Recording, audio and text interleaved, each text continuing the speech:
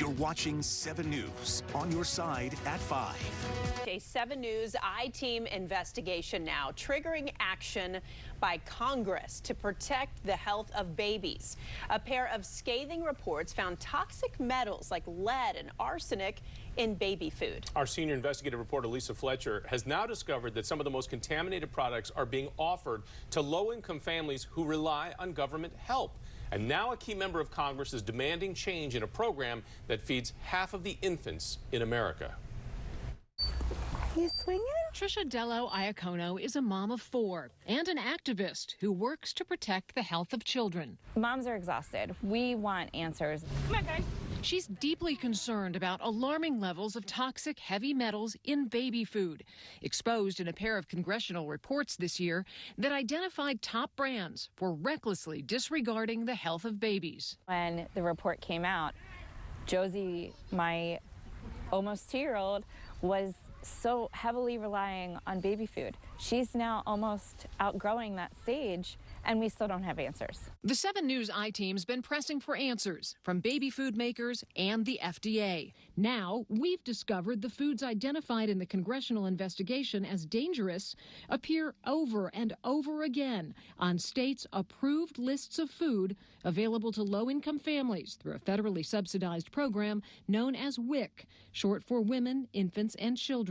WIC is run by the USDA and helps to feed nearly half of all infants born in the U.S. by offering families benefits to buy specific foods designated on a WIC shopping list. We have a major problem. Dr. Anna Maria Temple is a pediatrician in North Carolina who's been alerting parents about contaminants in baby food. You are passionate and angry about contaminants being in baby food. How much worse does it get for you when you find out it's in the WIC program? It's devastating because the illnesses that are going around is affecting disproportionately the families that are economically disadvantaged. And they also happen to get the foods with the heaviest loads of heavy metals. It is unfair, is unjust. We examined every state's WIC program and found what's available depends on where you live. In Ohio, WIC parents are only permitted to buy baby food from Gerber, one of the big names called out for heavy metal contamination. We found 3 states have removed all types of rice cereal from the WIC list, known to contain high amounts of arsenic. But in 6 states, Gerber's organic rice cereal, called dangerous by Congress, remains on the list as one of parents' only choices. Those families usually live in homes and environments that probably are also laden with heavy metals and other toxic chemicals and such, but they don't know. And there's more.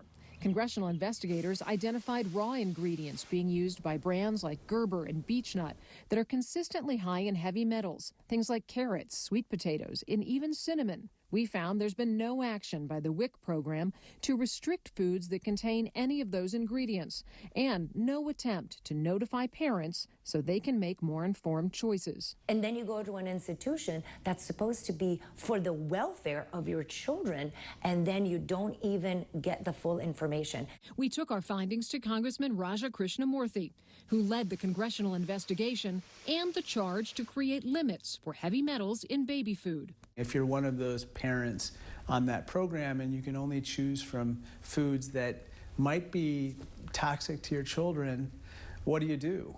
And I think that's all the more reason why we've got to regulate this area even more. Do you think the WIC program should take heavy metals into account when they're making these lists? I think so. I think so. Within weeks of us bringing this to the attention of Congressman Krishnamurthy, he took action, asking the USDA to immediately protect babies from toxic metals in foods in the WIC program, and specifically called for the removal of rice cereal, identified in our previous investigations as one of the most heavily contaminated. We want to trust the FDA and the USDA that the food that we're feeding our babies is safe for them to eat, and we can't do that. Now the USDA is on the clock to make changes in the WIC program. The congressman wants a briefing before December 6th.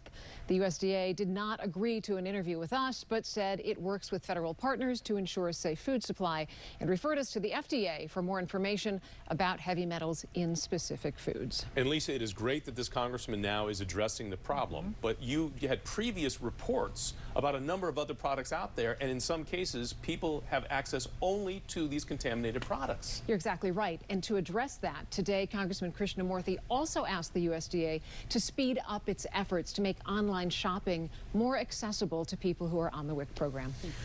All right, good enough. Lisa, thank you. Lisa, thanks very much. And to read more of Lisa's findings about the WIC program, you can go to our extended investigation online. That is at WJLA.com.